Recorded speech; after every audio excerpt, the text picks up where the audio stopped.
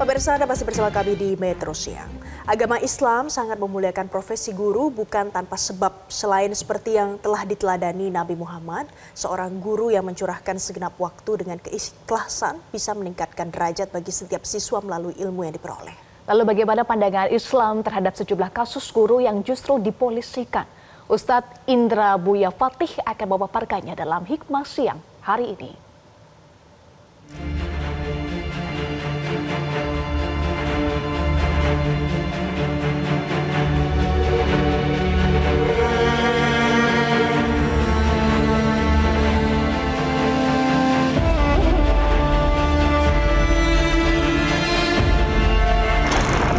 Assalamualaikum Pak Ustadz. Waalaikumsalam warahmatullahi wabarakatuh. Kabarnya sehat-sehat Bapak? Sehat-sehat, alhamdulillah. Oke, Gimana, Bapak ini saya ingin menanyakan beberapa hal soal profesi guru.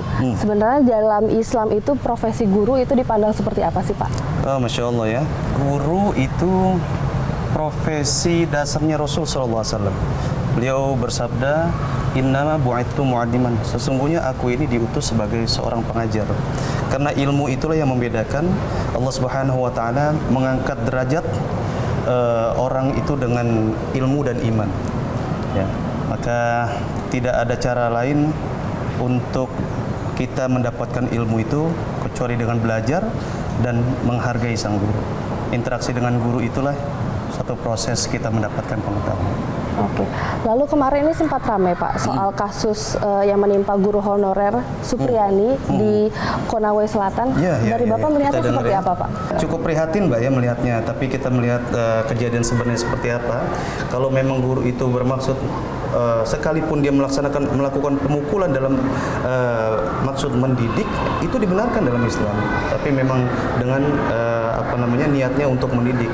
Tapi kalau sampai dengan murid itu menuntut, apalagi si orang tua, khawatirkan dalam pemahaman agama si anak itu berpotensi kehilangan keberkahan dalam ilmunya. Ya, karena hakikatnya seorang anak yang belajar, seorang murid yang belajar kepada seorang guru, dia seperti orang yang mati diberlakukan oleh orang yang hidup, seperti jenazah, di balik kanan, balik kiri, dia akan ikut gitu ya. Karena maksud yang guru itu adalah mengangkat derajat si anaknya, si siswanya gitu ya.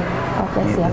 Ada beberapa hal lagi nih Pak sebenarnya yang ingin saya tanyakan. Tapi bolehkah kita masuk ke dalam Boleh, masjid, kita Pak? ngobrol-ngobrol di dalam. Siap. Baik.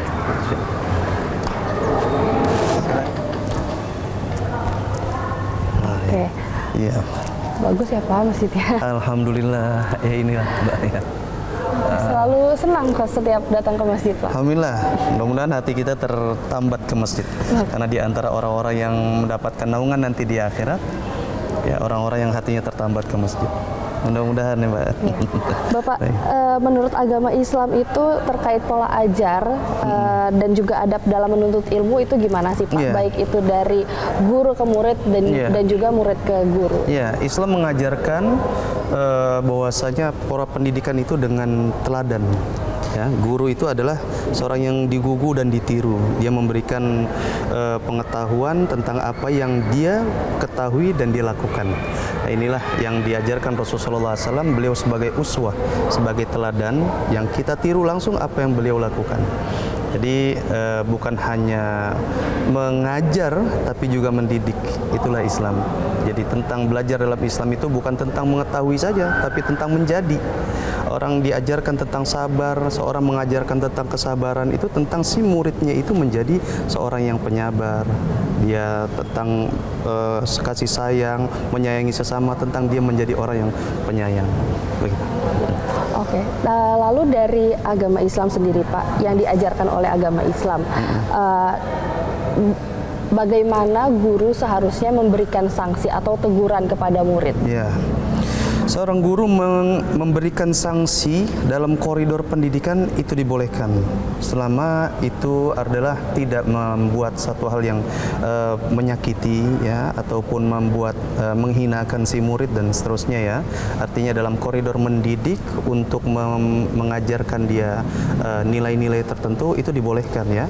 Tapi memang kita sekarang ini entah kenapa tadi kasus yang Mbak Nurul ceritakan itu seorang guru dituntut karena hal yang itu kasihan ya melihatnya ya.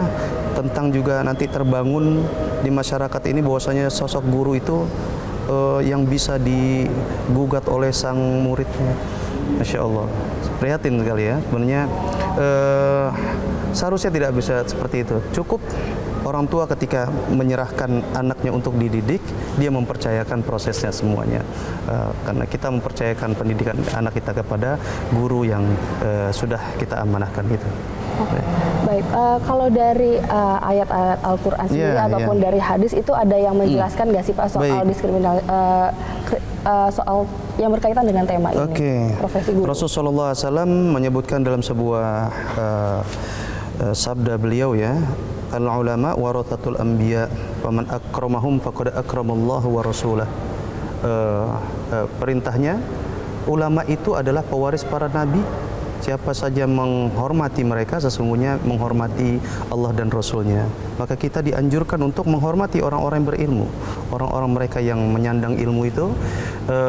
Karena demikianlah untuk kita mendapatkan ilmu itu, kita menghormati sang ilmu dan sang pemilik ilmunya. Kita menghargai mereka. Bahkan Sayyidina Ali sempat berkata bahwasanya ana abdun liman alamni ilman. Aku menjadi budak dari siapa yang pernah mengajarkan aku walau satu ilmu, walau satu huruf ya. Jadi menghormati ilmu itu dengan menghormati sang pemilik ilmunya, dari siapa kita mengambil ilmu itu. Demikian, Mbak. Oke, baik Bapak. Terima kasih banyak atas penjelasannya Bapak. Baik, jadi kita ini harus bagaimana kita menghormati ilmu itu bisa terrepresentasikan dengan kita menghormati gurunya, guru yang memberikan ilmu walaupun hanya satu huruf ya Pak. Sang guru pun harus sadar bahwasanya mereka sebagai teladan yang dicontoh oleh murid-muridnya, maka mencontohkan yang terbaik. Oke Bapak Ustadz terima kasih banyak atas waktu dan juga penjelasannya. Terima kasih Bapak. Itu dia pemirsa penjelasan soal profesi guru menurut sudut pandang agama Islam. Sampai jumpa di Hikmah Siang selanjutnya. Jelajahi cara baru mendapatkan informasi. Download Metro TV Extend sekarang.